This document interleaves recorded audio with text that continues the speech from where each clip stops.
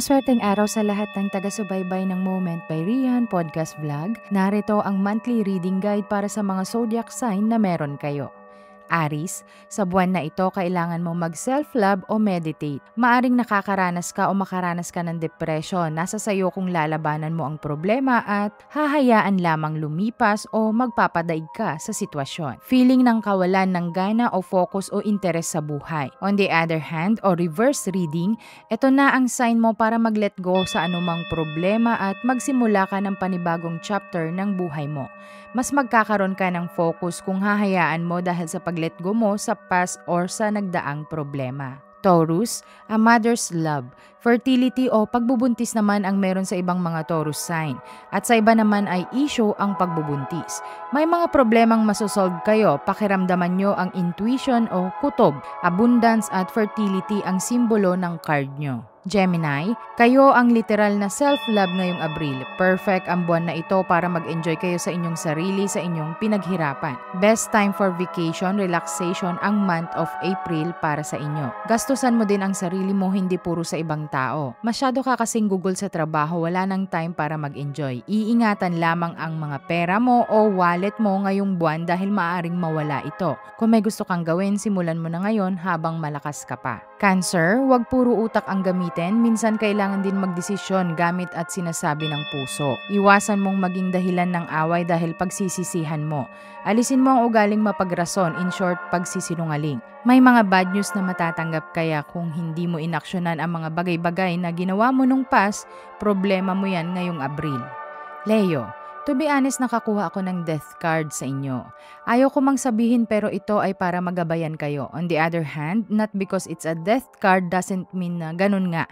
It pertains to a new beginning, bagong simula, letting go or pag-end. Mga changes this month, mga transition at mga unexpected na mga sitwasyon. Mari din namang hindi ka makafocus o may agam-agam ka. Takot ka sa pagbabago o changes. Mga pagkakamaling ginagawa mo pa din, hindi ka natututo sa pagkakamali mo. Mag-iingat ka, doblehin mo ang ingat mo hanggat maaari, umiwas muna sa mga maraming tao. Virgo, huwag kang umasa sa iba. This month, kung may gusto kang isang bagay, pagtrabahuan mo. Kailangan mo magsumikap dahil lahat ng pagtsatsaga mo at pagtitiis may magandang dulot sa'yo. Malapit ka na sa pangarap mo. Maganda ang Abril sa'yo, grab opportunity.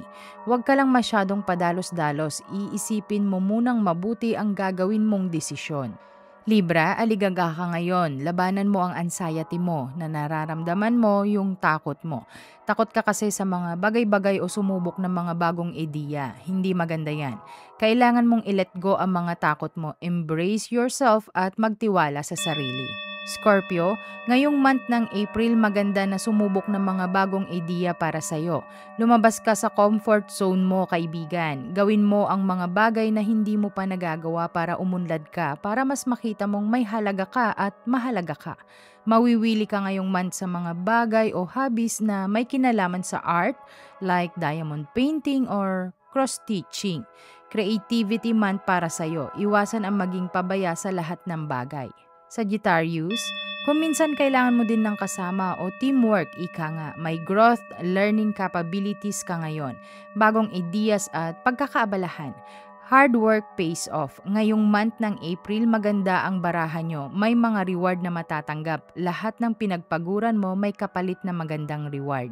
Capricorn, masosurprise ka ngayong buwan ng Abril. May paparating na hindi mo akalain. Maging mapagpatawad lalo na sa sarili mo. Acceptance is the key para sa'yo. May mga loss or tragedy. May mga problema hatid ng past or nakaraang month pero need mong tanggapin ang changes sa buhay mo. All in all, magiging smooth sa'yo ang Abril. Aquarius, magkakaroon ng kontrol sa sarili kung minsan may hinahanap ka na so-called father figure sa mga nakakasalamuha mo. Ang tutulong sa'yo, sarili mo lang. Heal your inner child. Kailangan mo yan para mas ma-embrace mo ang ganda ng buhay at mas mag-move forward ka para sa ikagaganda ng future mo. Pisces, Kung nakaraang buwan medyo nawawala ka sa sarili mo, sa goal mo, nawalan ka ng gana sa lahat, this month, ito ang perfect month para magsimulang muli. Huwag mong limitahan ang sarili mo. Marami kang options pero nililimit mo lang kasi ang sarili mo. Harapin mo at huwag matakot. Remember, kahit umiwas ka, andon at andon pa din. Kaya mas magandang harapin at maging strong para sa sarili. Ito ay gabay lamang para sa buwan ng Abril. Huwag kalimutan magdasal ng taimtim dahil yan ang pinakamabisang sandata sa lahat. Samahan ng sipag at diskarte para ang buhay ay swerte. Hanggang sa muling aralin, salamat sa pakikinig. Ingat!